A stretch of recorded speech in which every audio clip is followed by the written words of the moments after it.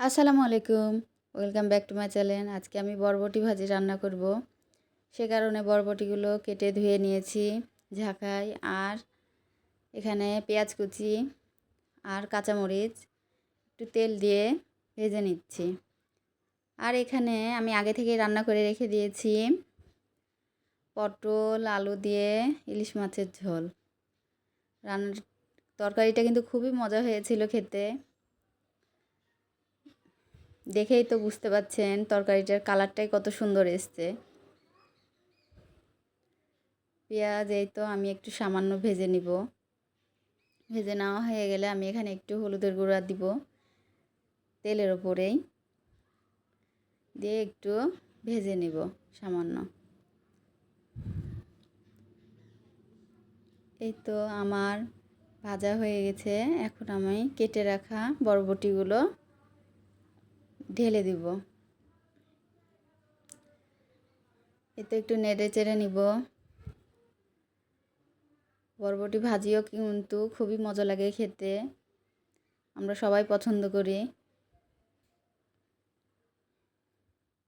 এখানে আমি পরিমাণ মতো লবণ দিব সামান্য। লবণটাও ভালোভাবে লবণ দিয়ে এখন ভালোভাবে একটু নেড়ে চেড়ে নিব। এই তো নাড়াচাড়া হয়ে গেলে এখন আমি একটু ঢেকে দিব। ঢাকনা খুলে দেখি কোথায় থেকে জানি পানি চলে আসলো।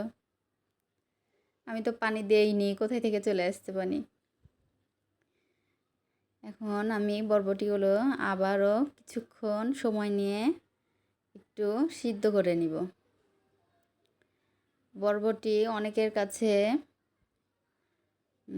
সবুজ হয়ে বলে থাকে না, কিন্তু আমার কাছে তো সবুজ হয়েই থাকে মনে হয়। এখনও তো হয়নি বলছি, তাই কী যে হবে, সবুজ হয়ে থাকবে কি থাকবে না।